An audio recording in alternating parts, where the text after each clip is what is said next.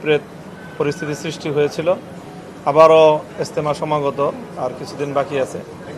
তো সেই ইজতেমাকে নিয়ে যেন আর কোনো নতুন সংঘাত তৈরি না হয়, সেই বিষয়টা সমাধান এবং সুষ্ঠু একটা স্থায়ী সমাধানের লক্ষ্যেই আজকে তবলিগের বিবাদমান দুই পক্ষের লোকজন এখানে এসেছিলেন। আলেম ওলামা হিসাবে আমরাও এসেছিলাম, এখানে কথাবার্তা হয়েছে এবং দুই পক্ষের মধ্য থেকে প্রতিনিধি নিয়ে প্রশাসনের কয়েকজন প্রতিনিধির উপস্থিতিতে একটা কমিটি গঠন করা হয়েছে। তারা বিবাদমান এই উভয় পক্ষের কথাগুলো শুনে একটা স্থায়ী একটা সলিউশন এবং একটা সমন্বয় করে দিবেন।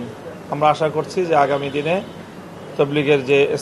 তবলিগের কাজকে কেন্দ্র করে, বিশ্ব ইজতেমাকে কেন্দ্র করে আর কোনো নতুন কোনো সংঘাতমূলক পরিস্থিতি তৈরি হবে। রিয়েলি আপনারা একটা জিনিস খেয়াল করেন যে প্রকৃত রাইটস আমাদের, আমরা হলে মূল ধারা।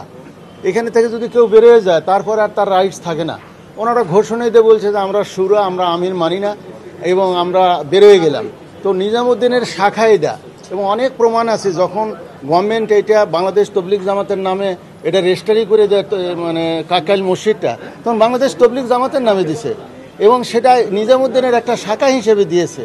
এবং সেই সময়ে তৎকালীন সরকার 166 একর জমি টঙ্গীতে ইজতেমা এবং জোরের জন্য দিয়েছে, তার পারপাস পরিষ্কার করে দিয়েছে।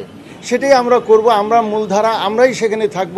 কিন্তু এইখানে বিভিন্ন ধরনের তৃতীয় পক্ষের সহায়তা নিয়ে আমাদেরকে এই অরাজনৈতিক একটা সংগঠনকে একটা রাজনৈতিক রূপ দিয়ে আমাদেরকে এখান থেকে অধিকার থেকে বঞ্চিত করা হয়েছে। আজকে আমরা ওই কথাই বলেছি যে এগুলো আবার পুনরায় হোক। তার উভয়ের মধ্যে কথাবার্তা হওয়ার পরে সিদ্ধান্ত হয়েছে যে উভয়ই আমরা কমিটিতে সদস্য দেব, একটা কমিটি গঠন হবে, ওনারা আমাদের সাথে বসবে, ওনাদের সাথে বসে একটা সুপারিশ স্বরাষ্ট্র মন্ত্রণালয় এবং ধর্ম মন্ত্রণালয় তারা দিবেন।